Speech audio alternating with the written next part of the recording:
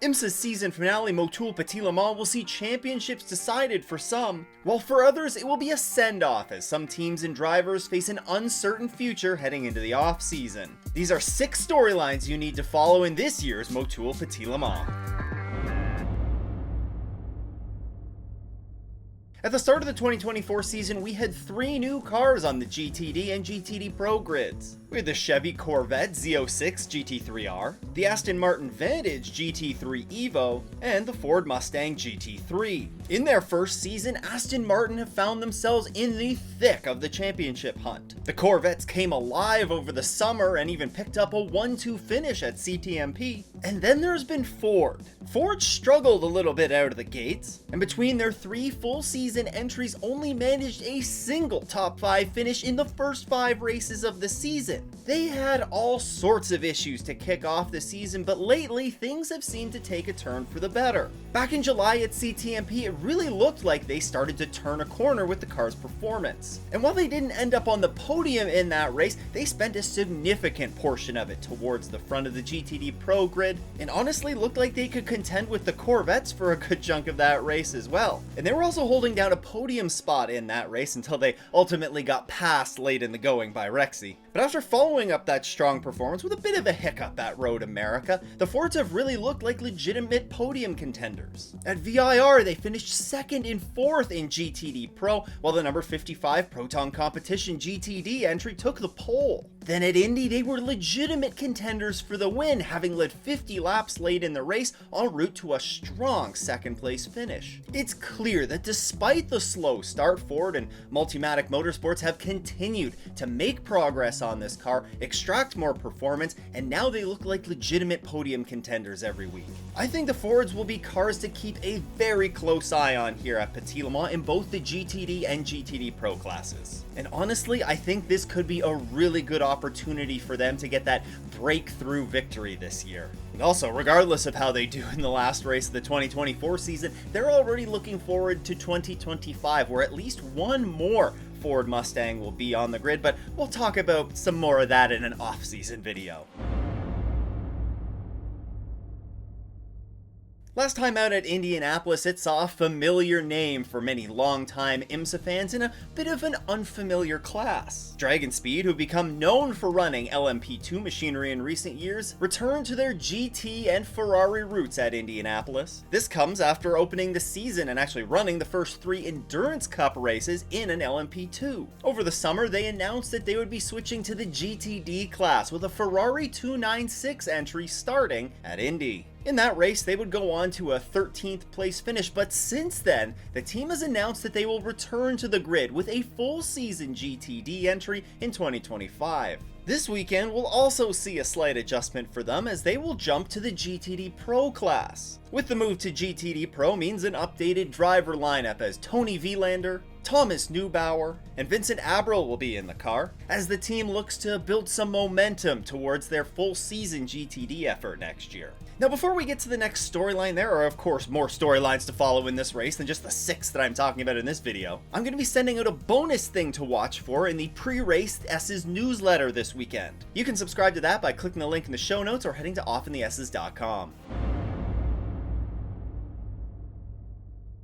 Now, a moment ago, I touched on some of the new GT cars that have been running on the IMSA grid this year and how they've performed. Well, they aren't the only new cars that were on the IMSA grid this year. We had one in the GTP ranks as well. The SC63 joined the GTP class at Sebring after unfortunately having to miss the season opening Rolex 24. And in its debut, all things considered, especially Sebring being one of the roughest rounds of the calendar, was a pretty big success. The team finished on the lead lap and more importantly completed all of the laps in that race. After that strong start, it was met with a little bit of disappointment at the Sail in 6 Hours of the Glen, as the car was forced to retire after completing just over 2/3 of the race. But Indy saw the team and this car take a significant step forward. There, they qualified just 9/10 off of the GTP pole time, and during the early phase of the race saw multiple drivers pilot that car to the lead of the GTP class in some very tricky conditions. The ultimate result for them was not exactly what they were looking for, as they had to retire during the 4th hour of the race due to suspension damage. However, However, there were a ton of positives for them to take away from that race. They led laps during the race and looked very strong in those wet conditions. And even though they weren't able to complete all of the laps, the damage that they sustained was ultimately from contact with another car as opposed to some sort of reliability issue.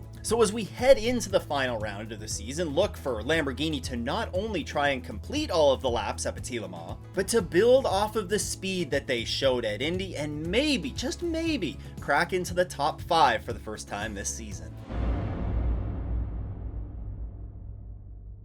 While some fight for the championship, others head into the final race of the season with unconfirmed and uncertain 2025 plans. One driver who does have their plans confirmed already is Bryan Sellers. Recently, the two-time GTD champion announced that he would be departing Paul Miller Racing and taking on a management role at DXDT Racing. DXDT Racing competed this season in the Fanatec GT World Challenge America. There, it saw them campaign a pair of the new Corvette Z06 GT3Rs to 8 consecutive wins. Now, my first thought when I heard this news is, could this be a potential precursor to DXDT exploring a move to IMSA in the future? Considering the success that they had in the GT World Challenge America, I'm sure that Corvette would be open to them joining the GTD ranks and returning a second Corvette to the GTD class. And while Bryan Sellers is moving into more of a management capacity, it does make you wonder, maybe he could be a driver that steps in for, say, some Michelin Endurance Cup races. I don't know, I'm just spitballing here, and that's honestly what came to my mind when I saw this news. But it'll be interesting to see if any more news comes out of DXTT and a potential IMSA connection in the future seasons. Now, some drivers that do have uncertainty surrounding them heading into the final round of the season is a trio of Cadillac drivers. Pipo Derani, Renger van de Zande, and Sebastian Bourdais have not yet announced their plans for 2025.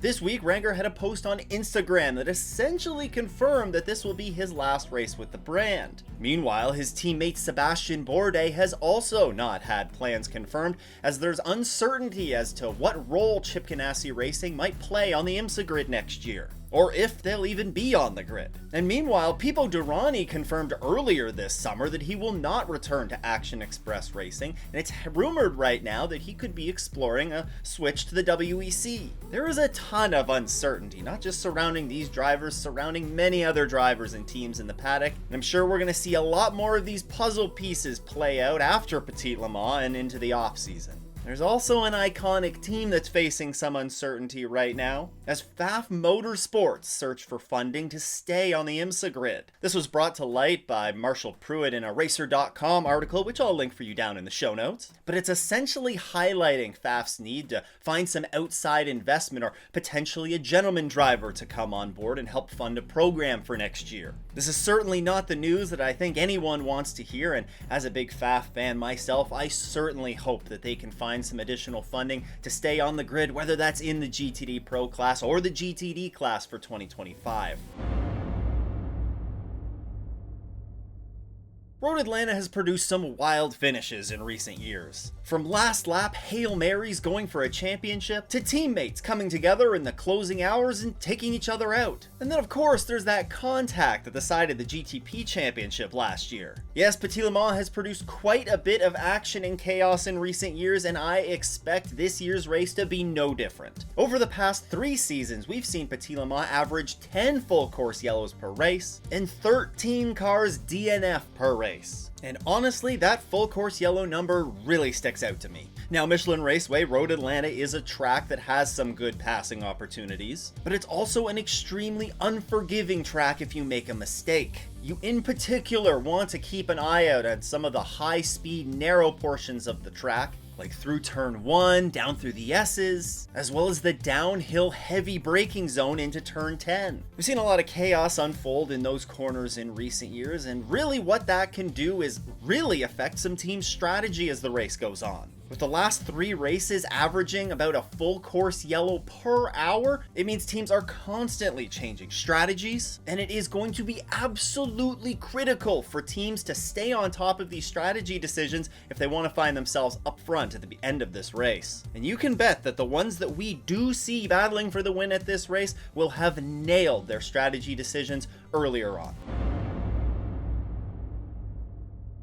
Now, we've been very fortunate in recent years to have some incredible championship battles heading into Petit Le Mans. This year, we won't quite have the intense 3 or 4 team battle like we saw unfold in GTP last year, but rather we have some pretty clear-cut favorites in all 4 of our classes. In GTP, it was shaping up to be a tight championship fight between the number 7 and the number 6 Porsches coming out of Indy. That was until an extended post-race inspection after the battle on the bricks found the number 6 Porsche Penske Motorsports 963 to have a non-compliant wiring harness, and they were stripped of their podium finish. The penalty dropped the number 6 to the back of the GTP results, and now leaves them 124 points back of their sister number 7 Porsche heading into the season finale. What it means here is that the 7 is the clear-cut favorite, and regardless of what happens in qualifying, if the 7 goes out and gets a top 6 finish in the race, they will clinch the GTP championship. LMP2 is the closest championship battle that we have, but it's still a 98-point gap from the 52 Inter-Europol by PR1 Matheson Motorsports entry